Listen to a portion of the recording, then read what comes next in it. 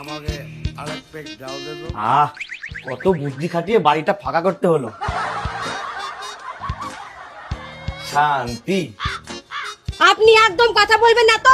আমার স্বামী আমাকে টাকা দিয়েছে শাড়ি কিনতে, তা আমি শাড়ি কিনবো না? জেগে জেগে স্বপ্ন দেখো না তো। আমার ছেলে আমাকে টাকা দিয়েছে শাড়ি কেনার জন্য। দূর, কতগুলি টাকা দিলাম বাড়ি ফাঁকা করার জন্য, কোনো লাভই হলো না।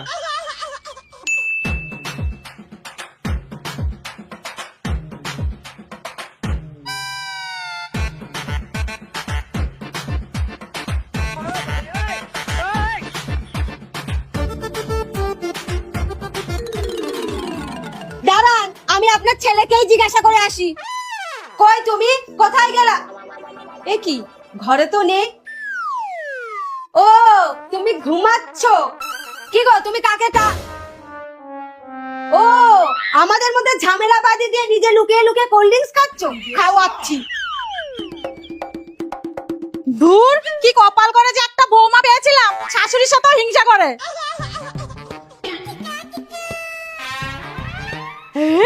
শাড়ি দিন, আমাকে দিন। আমার বর কিনে দিয়েছে আমার শাড়ি।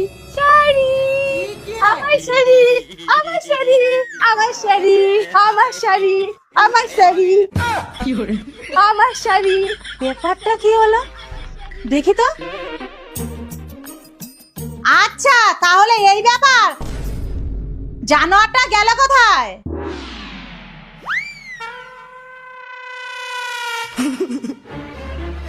ওঠ! তোকে বলেছি না বাড়িতে এসব আনবি না। এই শাশুড়ি মা, সাবিত্রী বেহুলা সতী, মরা স্বামী প্রাণ বাঁচায়। স্বামীর চেয়ে দামি কিছু নেই রে দুনিয়া।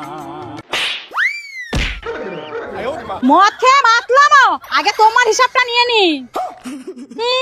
স্বামীর প্রাণ বাঁচাতে এসেছে।